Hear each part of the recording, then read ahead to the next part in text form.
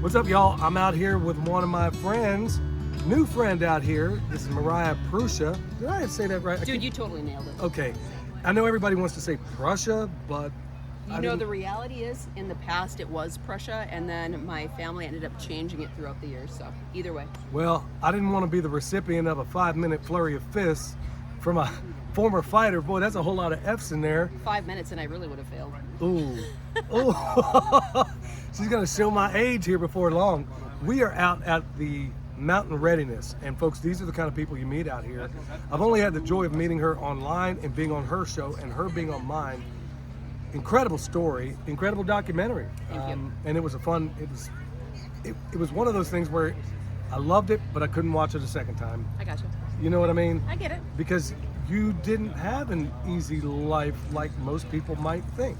Right. When they look or maybe talk to someone like you had to literally knuckle up in so many different ways to try to make this life what it is for you, right? Well, and that's where the brand comes in, right? Until you define the fight, how do you expect to win the fight? And everybody has different battles within their own life, but how are you choosing to face those, right? So you have to really, whether it's health, whether it's personal relationships, jobs, whatever it may or may not be, you have to get in there, define what you want in life, and then go after it and be willing to fight for it, right? Because we fight for our family, we fight for our health. Why wouldn't we fight for more? No, I love the way you roll, folks. If you don't know about it yet, she's got a great podcast, and it's also on live radio as well. It's called Define the Fight. In fact, I'm going to be wearing the hat. Michelle got me one of the hats and everything else. So here you are, all the way from northern. When I say northern, y'all, I mean it's like winter up there right now. It's like the frozen tundra, man. Oh, is it North Dakota? It's a little Canada. That's in the United States. Yeah, up in man. Fargo, North Dakota area. So how are you adjusting, being down here in the lower country in North Carolina? It feels great. I tell you what, your 80 degrees here is a lot hotter than our 80 degrees, but we'll take it since we're moving into the winter temps. Get the last little bit that we can. That's what I'm talking about. You got a lot going on. Folks, when I say she wears a lot of hats, I can't keep up with them all. And I was joking with you earlier, there's that old saying, if you want something done, give it to a busy person. This is a busy person and might even be busier in the future, but that's another thing altogether. How many different businesses and things are you managing right now and still raising 2 young boys? I'm looking at 7 different businesses, so whether they're my own or working for the school, so on and so forth. But I'm a firm believer is I want to leave all my cards on the table. So what does that look like? It looks different for everybody. So somebody might be juggling 3 different things, which is a lot for them and require a lot more time. But as you know, we can go through the buffet of life and put multiple things on. My goal is to take some of those off and really funnel what I'm doing into one area, and that's really what it's all about.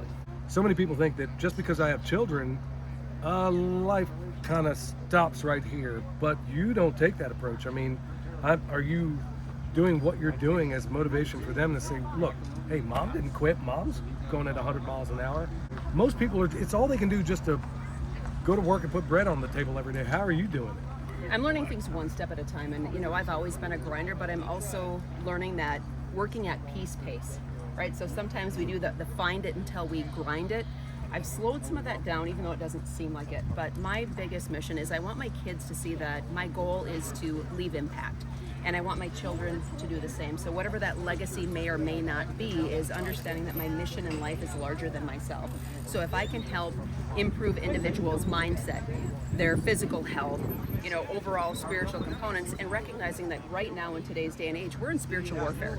You take politics out of the mix, we have to make sure that we are putting on our armor all the way around, because if you're unhealthy and you're expecting to win the fight, good luck. The reality is you need to make sure that you're prepared all the way around, from food sources, water, but then you look at physical, mental, spiritual, emotional. You have to make sure that you're taking care of yourself too. Now, as a former professional fighter, you're going to be out here showing, excuse me, as I understand it, tomorrow one of the big things on the plate is you're going to show women how to choke a man down, right? I'll see if my significant other will let me do that. He may or may not, but whoever wants to jump in. But the key thing is with self-defense, same thing, is if you're not in shape, it's going to be harder for you to defend yourself. So going through situational awareness, understanding the importance of spatial awareness too. So there's keys that come into play before the actual physical fight comes into play. is really what it comes down to. So avoid fighting altogether if you can. Absolutely. Okay. I mean, if you're not getting paid to fight, why would you want to get into it? I mean, when we're talking from a physical standpoint. Yeah, I guess nobody ever really thinks about it that way. So, I mean, is there anything you could leave with a lot of the ladies out there? Because we live in a world where, right now, if it bleeds, it leads. Being somebody who's spent so much time in the media, I know better than anybody just how they don't talk about how everybody's just peacefully getting along out here. So many ladies, when they leave the house or they leave Walmart or they leave wherever they're going, they're worried about some person beating them over the head or whatever the case may be. Maybe it's justified. What are the biggest ways, as an expert in this sort of thing, what are the biggest takeaways you could give them regarding leaving their house? There's a couple different things. First and foremost, don't fuel your fear. So whether that is in self-defense, whether that's in life, and taking that next step if you want to be an entrepreneur, never fuel the fear. You can understand what the biggest fear could be, look it in the face and say, okay, you're not going to win, right?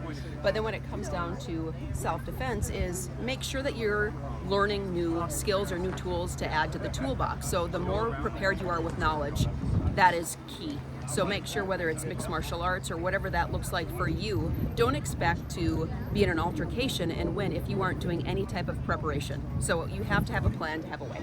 It's like the way you roll.